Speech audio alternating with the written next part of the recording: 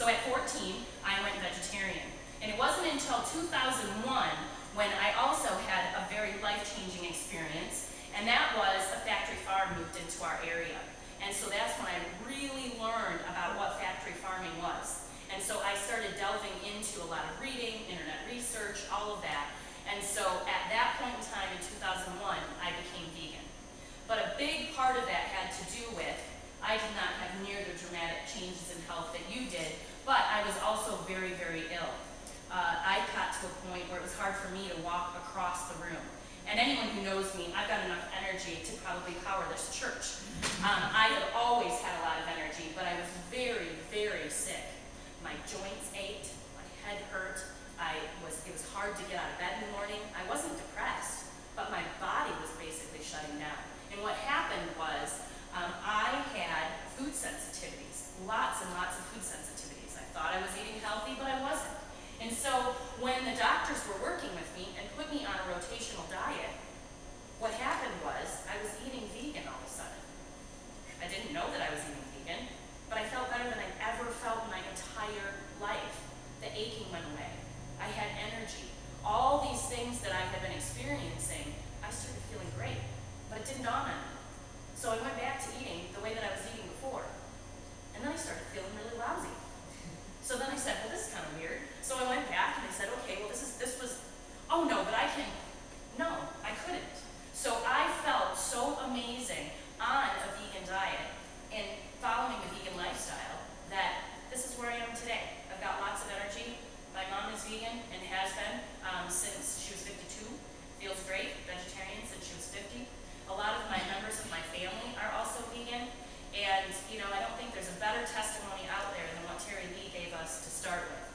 So it's very important that when I'm up here talking today, that all of you realize that this isn't some type of religion. This isn't some type of cult. A lot of people think of the word vegan as, oh, those crazy animal rights activists, or those people out there, they're so radical. They just are so restrictive. They can't eat anything. You know, they're depriving themselves. How awful is that? And those are thoughts that go through people's minds and may have gone through your minds. But it's not the case at all. What it is it's a lifestyle. It is a change in lifestyle. A change in lifestyle that can bring about abundance that you never, ever imagined.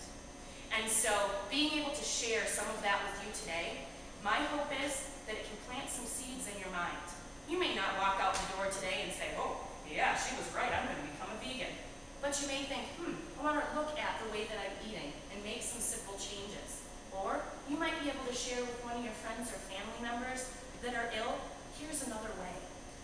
Because when a doctor says you've got heart disease and you are going to have open heart surgery, I can tell you that's pretty invasive when they cut your breastbone open, go in there and do that. So when someone says, ooh, a vegan diet, that's pretty restrictive. I don't think I can do that. I don't know about you, but I certainly would want to try that before the open heart surgery. So, in front of you, you have a ton of information, and I also have an outline for kind of what I'm going to talk about today. Now, I have a tendency not to follow this completely, but we will cover these topics. And in this packet of information, we'll go through that first, just so you kind of know what you have there.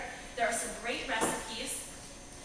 There is a vegan pantry list for those of you who are interested in stocking a vegan pantry and trying to figure out what goes in there. This is kind of a list you can use for grocery shopping, and Terry Lee will be an excellent resource for you as far as where you can find some of those products. She mentioned that I work for the Marquette Food Co-op. The Marquette Food Co-op, I'm really lucky to be working there because we have a lot of vegan and vegetarian foods, but you do right here in your grocery store as well. And so it is becoming easier and easier for people to follow a vegan lifestyle. Also in your packet, there is a farm directory, a UP farm directory. So that is farms all over the UP who sell directly to the public. You may not have any right here in your area, but you may have some fairly close by. It also lists farmers markets. So the idea is connecting with fresh local food in your area. And you may find that to be quite a resource for you. Also in your packet, there is recipes for green smoothies, which we will talk about. And then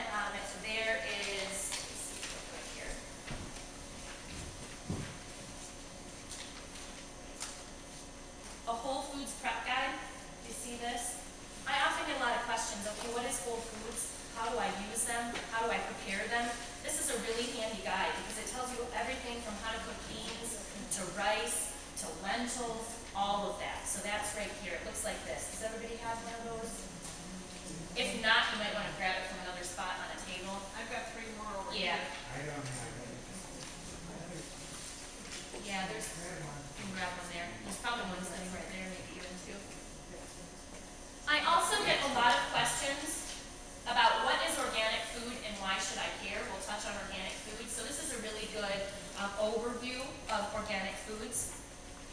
There's also a guide to exploring a plant-based lifestyle.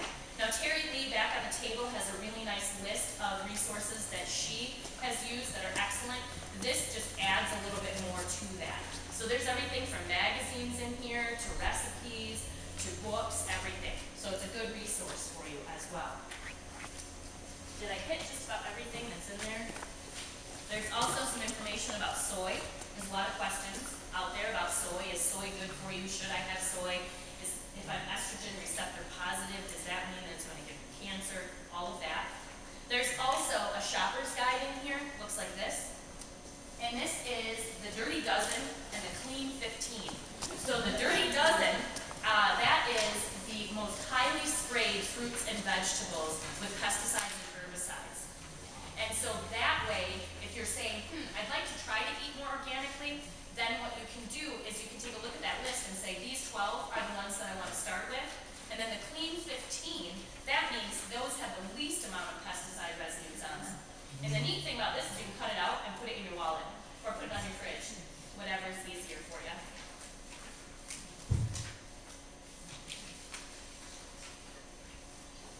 And then,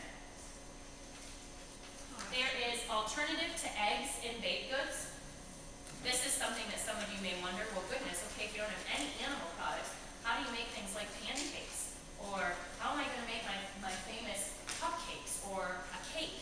It is very, very easy to bake without eggs. And afterwards you can ask my mom because she bakes all the time and bakes without eggs and she's really good at it. But alternatives to eggs and baked goods, something very handy to have. And then for those of you who may have been involved in Weight Watchers or perhaps are following some other type of diet where you're counting calories or you're looking at serving sizes, then this right here is a version of the new My Plate. Because you know how they used to have the food pyramid that all of us are familiar with? Within the last couple of years, they've changed to a My Plate setting. And it's a little bit easier to understand. The food pyramid was kind of screwy. It's kind of a strange thing, but the plate makes a lot of sense. This is what your plate should look like, and these are the portion sizes. Well, this is the vegan version of it. So it looks just like this.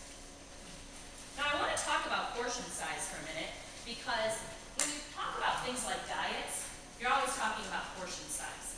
Oh, well, you know, this much has this many calories, or this many carbs. Terry Lee talked about the fact that her diabetes educator met with her and showed her what she could eat and what she couldn't. And you couldn't go over a certain number of carbs, right? And so you had to all day long count what kind of carbs you were getting, and was that too many, and oh my goodness, if I eat this now, then I can't have something later. That's very restrictive. The thought about having to go out to dinner with someone and think, oh, now all day I've got a plan to be able to eat that dinner, and that's really difficult. The beautiful thing about a vegan lifestyle and eating with no animal products is that you can pretty much eat a whole lot more than you ever thought you were able to eat, because your body processes that cleaner, faster. It's a more efficient burn in your body. And so what you'll find is that when you are eating vegan foods, that you are going to eat more. It does take more to fill you up. But at the same time, it's running through your body cleaner, faster, better, and you're feeling lighter. So the reason I say that is because so many times people think of the word vegan and they think diet. I don't know about any of you, but I don't like the word diet because it seems restrictive. And if someone tells me that I can't have something, that's the only thing I want. So all day long I think, okay, no, I don't want that. No, I don't want that. That's not, no, I don't. But that's not any way to live. So as Terry Lee mentioned, a whole new world opened up to her as far as fruits, vegetables, textures, tastes, colors, and flavor combinations. And that's what happens. So you're not giving something up, you're gaining something new. Now, I know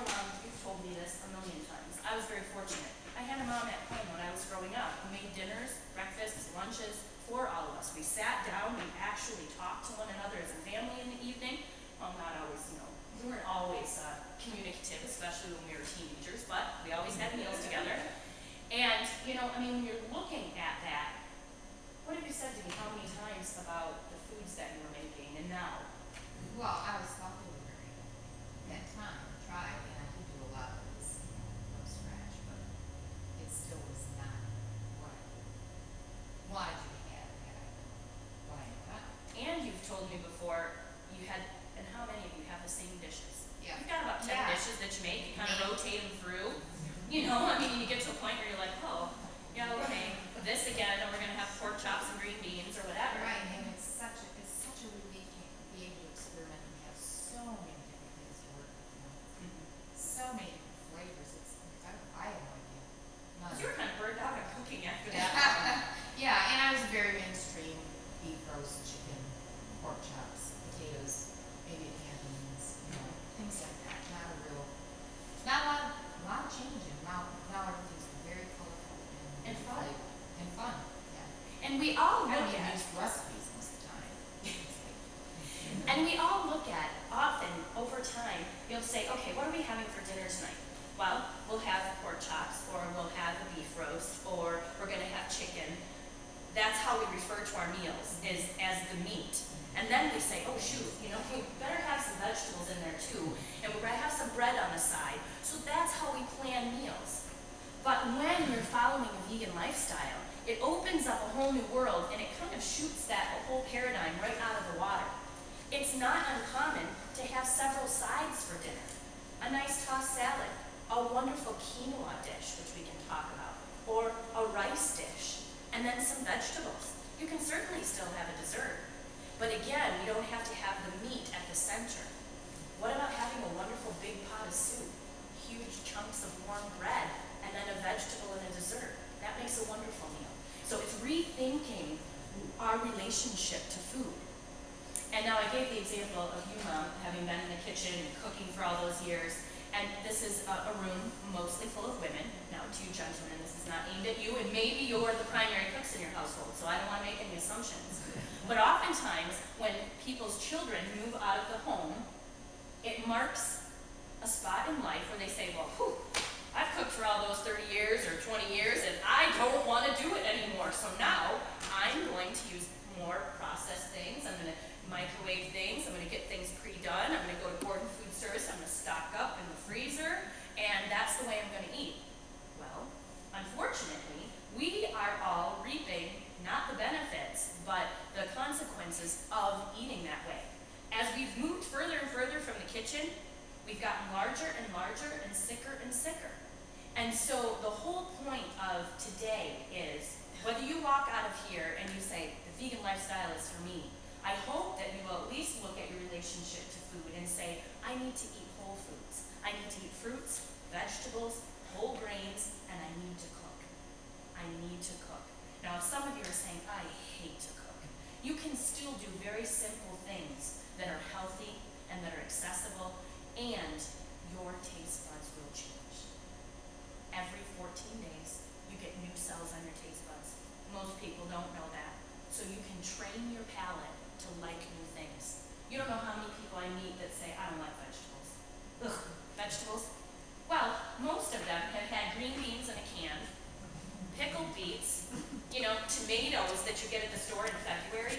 Who would want a tomato in February at the store? They taste like nothing, and they're mushy.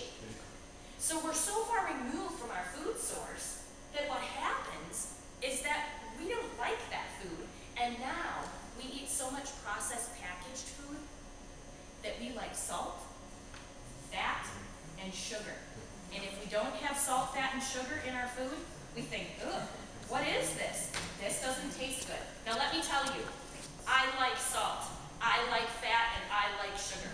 Absolutely. Because we all kind of grew up with that. And those are the foods that we're used to. So when I say, you know what, why don't you cook up some kale for dinner tonight? Look at me like, oh, that sounds great. Really filling. I'm craving that. Isn't that wonderful? Well, but I can tell you a kale story. In this kale story, to this day, I love this. My ex-husband and I used to own one of the organic farms in Scania, just south of Marquette. And we had share boxes. So we had people that were members of our farm, and every week they would come out to the farm and they'd pick up a box of what was fresh.